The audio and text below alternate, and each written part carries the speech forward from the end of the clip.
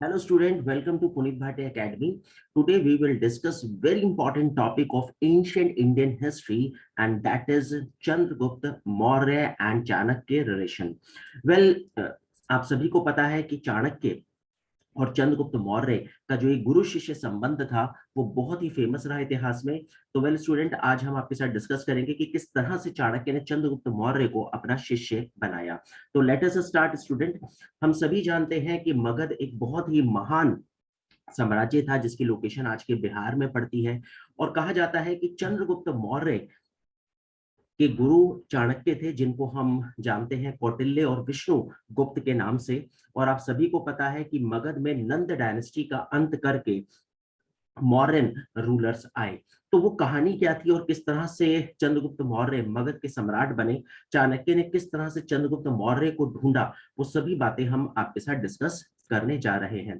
तो well student, ऐसा कहा जाता है कि अगर हम पहले मगध एम्पायर की बात करें तो आप देख सकते हैं कि ये मगध एम्पायर की लोकेशन है, और इससे आप अंदाजा लगा सकते हैं कि किस तरह से ये जो बिहार का जो इलाका था उस समय एंशियंट हिस्ट्री के समय की हम बात कर रहे हैं, अराउंड 600 बीसी, यानी 600 ईसा पूर्व का ये समय। और धीरे धीरे जब कई सारे टैलेंटेड रूलर्स ने मगध पे रूल शुरू किया तो उन्होंने इस पूरे साम्राज्य को किस तरह से आगे स्प्रेड किया। और कहा जाता है कि तक्षशिला से लेकर साउथ इंडिया तक, इवन कर्नाटक, आज के स्टेट कर्नाटक तक मगध साम्राज्य का डंका बजता था। तो वेल, यहाँ पे हम आपको दिखाते हैं कि किस तरह से मगध साम्राज्य फैला, और 16 महाजनपद जो उस समय बड़े फेमस थे, उन 16 महाजनपदों को टेक ओवर किया मगध साम्राज्य ने।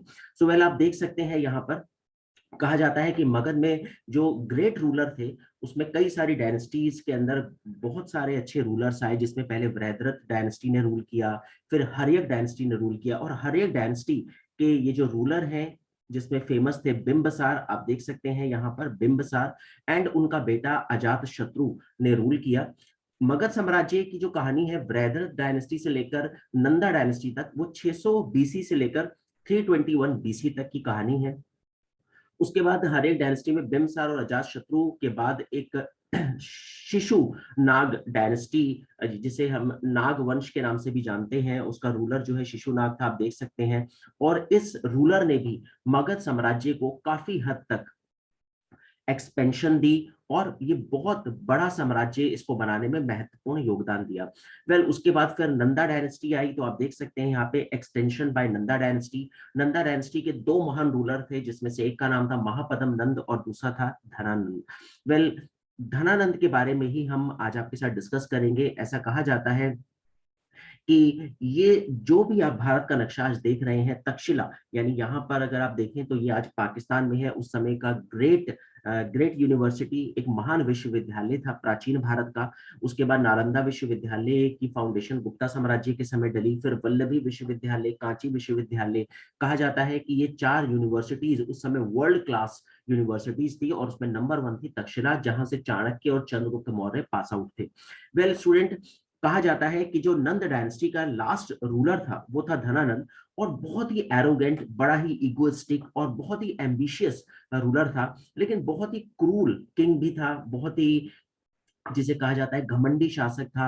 अपने जितने भी एम्प्लॉइज थे, उसके यहाँ पे जो भी कर्मचारी काम करते थे, उन सब को जो है वो बिल्कुल भी रिस्पेक्ट नहीं देता था। और ऐसा कहा जाता है, वैसे बहुत सारी कहानियां हैं, लेकिन उनमें से एक बहुत इंटरेस्टिंग कहानी है जो हम आज आपके साथ डिस्कस कर रहे हैं। ऐसा कहा जाता है कि धनानंद ने एक बार अश्वमेध यज्ञ करने का प्लान किया, और वो इतना बड़ा यज्ञ होता है, वो चक्रवर्ती सम्राट बनने के लिए आयोजित किया जाता है। और कहा जाता है कि उसमें आपको 1001 प्रकांड पंडितों की आवश्यकता होती है, और इतने बड़े यज्ञ का जो अरेंजमेंट है वो भी आप समझ सकते हैं कि उसको ऑर्गेनाइज करना होगा, आपको वेल प्लान ऑर्गेनाइज करना होगा उस यज्ञ को। तो कहा जाता है कि धनानंद ने उसके लिए प्लानिंग शुरू करी और अपने दरबार में एक सभा आयोजित करी, और उस सभा में उसने अपने जितने भी दरबारी थे उनसे पूछा कि इसके लिए हमें किस तरह से प्लान करना चाहिए। तो कहा जाता है कि उस सभा में चाणक्य भी बैठा हुआ था, और चाणक्य ने कहा कि सर, आप बिल्कुल भी परेशान ना हो, ये यज्ञ मैं अकेले भी संपन्न करा सकता हूँ।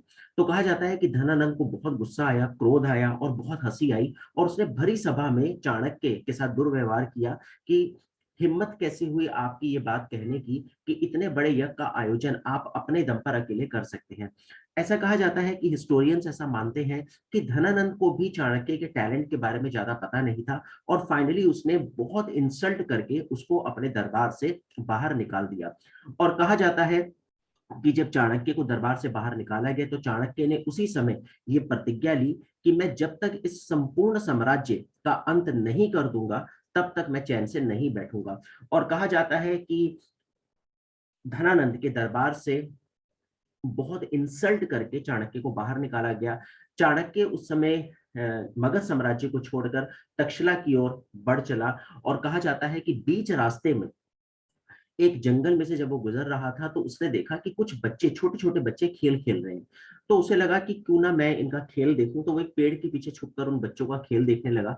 वो खेल खेल रहे थे राजकीलम। राजकीलम एक प्रकार का खेल होता है जिसमें एक बच्चा राजा बनता है और बाकी बच्चे उसके सामने छोटे-छोटे केसेस लेकर आते हैं। तो चाणक्य ने देखा कि वो जो छोटा बच्चा राजा बना हुआ था वो बहुत अच्छे से डिसीजन दे रहा था और सभी बच्चों को सेटिस्फाइड कर रहा था जो भी उसके सामने अपनी परेशानियां लेकर आ रहे थे। चाणक्य ने वहीं से मन बनाया कि ये बच्चा ही मगध का अगला सम्राट बनने की योग्यता रखता है और कहा जाता है चाणक्य ने उस बच्चे को उसके माता-पिता से खरीदा और उसको तक्षशिला ले गया और वहां पे उसको खूब पढ़ाया-लिखाया और यही बच्चा आगे चल के बना चंद्रगुप्त मौर्य। लेकिन चाणक्य चूंकि एक बहुत बड़ा राजनीतिज्ञ था, पॉलिटिशियन था, तो कहा जाता है कि चाणक्य के दिमाग में ये आया कि कहीं ऐसा ना हो कि बड़ा होने के बाद सब कुछ मेरे से शिक्षा दीक्षा लेने के बाद चंद्रगुप्त मौर्य कहे कि अच्छा गुरुजी बड़ा अच्छा लगा और अब मैं चलता हूँ अपने माता पिता के पास। तो मेरी तो योजना धरी की धरी रह जाएगी क्योंकि मैं तो इसको इसलिए ट्रेंड कर रहा हूँ कि आगे चलकर मैं इसकी सहायता से मगध पे चढ़ाई करूंगा। कहा जाता है इसी वजह से चाणक्य ने एक और शिष्य को भी रेडी किया एज ए बैकअप कि अगर कल को ये मेरे को धोखा देता है तो दूसरा शिष्य को लेकर मैं अपने दूसरे शिष्य के साथ मगध पे चढ़ाई करूंगा। लेकिन जब दोनों शिष्य बड़े हुए, दोनों ट्रेंड हो गए, तो अब चाणक्य को लगा कि इन दोनों में से किसी एक को मुझे चुनना है क्योंकि राजा तो एक ही बनेगा मगध का।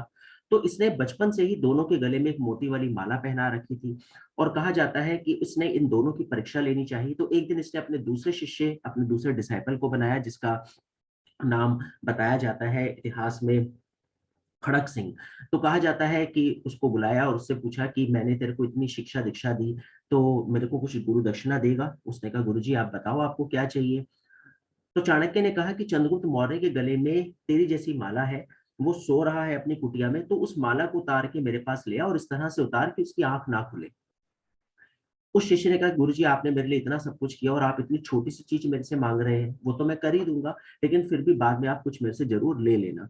चाणक्य ने कहा हाँ हाँ बिल्कुल, पहले आप ये कार्य संपन्न करें, यही मेरी गुरु दक्षिणा होगी। वो शिष्य चंद्रगुप्त मौर्य की कुटिया में गया और कहा जाता है कि उसने वहां पर काफी प्रयास किया उस माला को उतारने का, लेकिन वो असफल रहा। और वो वापस आया, उसने चाणक्य से कहा कि गुरुजी मुझे लगा कि ये कार्य बड़ा आसान है लेकिन ये बहुत टफ काम था और मैं इस कार्य को संपन्न नहीं कर पाया। तो मैं आपसे क्षमा चाहता हूँ, मैं आपको कुछ और गुरु दक्षिणा कभी दे दूंगा। चाणक्य ने कहा कि तूने मेरे लिए एफर्ट्स लगाए, यही मेरी गुरु दक्षिणा है, कोई बात नहीं। मेरे को मेरी गुरु दक्षिणा मिल गई। अगले दिन से चंद्रगुप्त मौर्य को बुलाया और चंद्रगुप्त मौर्य के सामने सेम परीक्षा रखी कि अपने गुरु भाई के गले से वो मोती वाली माला उतारे और इस तरह से उतारे कि उसको पता ना चले। तो कहा जाता है कि चंद्रगुप्त मौर्य पहुंचा अपने गुरु भाई की कुटिया में, उसने अपनी तलवार निकाली और उसकी गर्दन काटी और वहां से माला निकाल के चाणक्य के हाथों में सौंप दी और उसने कहा गुरुजी ये रही माला और मैंने आपकी सारी शर्तों को ध्यान में रखा। मेरे गुरु भाई की आंख भी नहीं खुली और वो सो रहा है और मैंने उसे कंप्लीटली सुला भी दिया, अब वो कभी उठेगा भी नहीं। तो चाणक्य को लगा कि अगर कोई मेरे कहने पे, अपने गुरु के कहने पे अपने गुरु भाई की गर्दन काट सकता है तो उसका मतलब ये शिष्य मुझे छोड़कर जाने वाला नहीं है। वहीं से चाणक्य ने डिसाइड करा कि चंद्रगुप्त मौर्य ही मेरा परम शिष्य है और अब मैं इसी का साथ लेकर मगध पे चढ़ाई करूंगा। स्टूडेंट, उसके बाद फिर एक मजेदार कहानी शुरू हुई। कहा जाता है चाणक्य और चंद्रगुप्त मौर्य ने कई बार मगध पे आक्रमण किया और नंद वंश को वो हराने में असफल रहे। And finally they decided, because Chanakya ने यह प्रतिज्ञा ली थी कि जब तक मैं नंद साम्राज्य का अंत अगर नहीं कर देता तो फिर मैं आत्मदाह कर लूंगा, जिस दिन मुझे ये लगेगा कि अब मैं इस साम्राज्य का अंत नहीं कर पाऊंगा। तो कहा जाता है कि चाणक्य बहुत परेशान था और चंद्रगुप्त मौर्य भी टेंशन में था क्योंकि उसे लगा कि अगर मैं अपने गुरु की प्रतिज्ञा पूरी नहीं कर पाया तो मैं भी शिष्य कैसा शिष्य हूँ, मैं भी अपने गुरुजी के साथ आत्मदाह कर लूंगा। तो एक दिन दोनों बड़े चिंता में थे, स्ट्रेटजी बना रहे थे कि किस तरह से अटैक किया जाए मगध पे। तो अचानक एक दिन टहलते टहलते उनकी नजर पड़ी कि एक घर का दरवाजा खुला हुआ था और वहां पे एक बच्चा बैठा हुआ खिचड़ी खा रहा था। उसकी मम्मी ने गरम गरम खिचड़ी उसको ला के दी, और जैसे ही उसकी प्लेट में खिचड़ी रखी, उस बच्चे ने चम्मच उठाया और खिचड़ी को बीच में से खाने की कोशिश करी। बीच में खिचड़ी बड़ी गर्म होती है प्लेट के बीच में। तो उसकी मम्मी आई और उसकी मम्मी ने उसके दो तमाचे लगाए और उससे कहने लगी, बेवकूफ, तुझे पता नहीं खिचड़ी कैसे खाते हैं? बेटा, खिचड़ी हमेशा किनारे किनारे से खाते हैं, साइड से, क्योंकि साइड में खिचड़ी ठंडी होती है और जब तक तो बीच में आएगा तब तक बीच वाली खिचड़ी ठंडी हो जाएगी। तो कहा जाता है कि चंद्रगुप्त मौर्य और चाणक्य के भी दिमाग में आया कि हम भी कहीं ये गलती तो नहीं कर रहे, हम मगध की राजधानी पाटलिपुत्र पर आक्रमण कर रहे हैं और हम हारते जा रहे हैं। ये उसी तरह से है कि अगर कोई दुश्मन सोचे कि मैं दिल्ली पर अटैक करूं और भारत को पराजित करूं, तो ये मूर्खतापूर्ण कदम होगा, क्योंकि आप सेंटर पॉइंट, जो कंट्री की कैपिटल, उस पर अटैक करने का मतलब है कि आप पूरी तरह से धाराशायी हो जाएंगे, जैसा हमने देखा भी था, पार्लियामेंट अटैक हुआ 13 दिसंबर 2001 में। वेल, उसी प्लानिंग को ध्यान में रखते हुए, उस खिचड़ी वाले एग्जाम्पल से, चाणक्य ने मगध साम्राज्य के कॉर्नर, जो उसकी बाउंड्रीज थी, उस पर अटैक करना शुरू करा।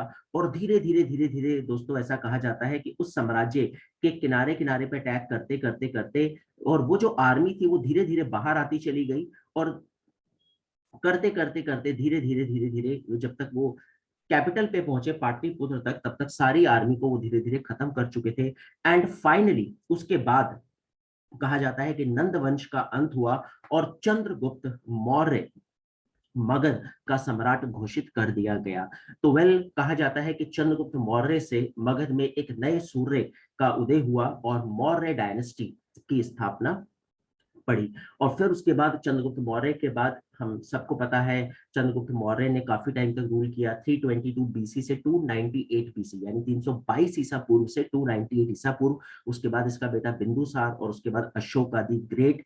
एंड अशोका द ग्रेट, हम सबको पता है, first national ruler of India, he was declared by the Indian government. So well student, hope आप लोगों को ये स्टोरी, ये कहानी पसंद आई होगी, और हम मिलते हैं आपके साथ और इसी तरह की कई सारी इंटरेस्टिंग स्टोरीज के साथ। Stay tune with us, thank you very much. And अगले सेक्शन में हम डिस्कस करेंगे आपके साथ कि किस तरह से चंद्रगुप्त मौर्य ने रूल संभाला और मगध को एक नई ऊंचाइयों पर पहुंचाया। So well student, thank you very much.